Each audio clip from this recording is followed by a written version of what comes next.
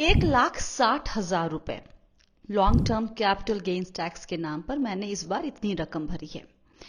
12.5% long term capital gains tax सुना था कई दफा, कई वीडियो में जिक्र किया है, लेकिन पिंच महसूस पहली बार कुछ दिन पहले किया।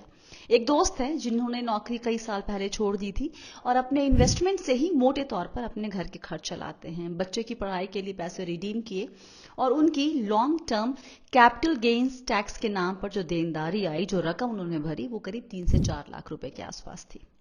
सोचे, एक ऐसा इंसान जिसकी नौकरी नहीं है, वो अपने खर्चों के लिए अपने पैसे रिडीम करता है और उस पर एक बड़ी रकम टैक्स के तौर पर उनको देनी होती है।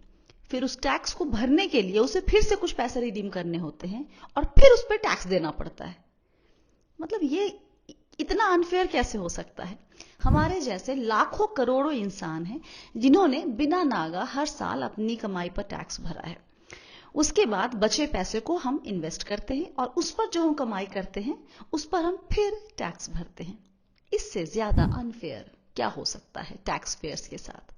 और हम में से कईयों को ये बात तब तक नहीं अखरेगी जब तक कि हम एक बड़ी रकम रिडीम नहीं करते हैं। And this got me into thinking कि यूजुअली लोग रिटायरमेंट के वक्त ठीक ठाक रीबैलेंसिंग करते हैं और उसमें जो टैक्स भरना होगा वो ठीक ठाक से कहीं अधिक होगा।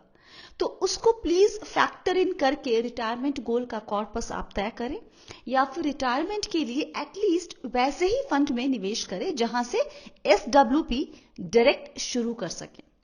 और NPS को रिटायरमेंट फंड के एक्यूमुलेशन के लिए जरूर कंसीडर करें।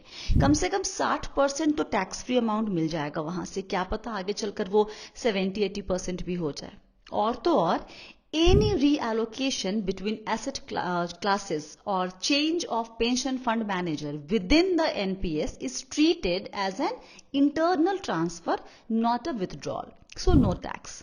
So think about it.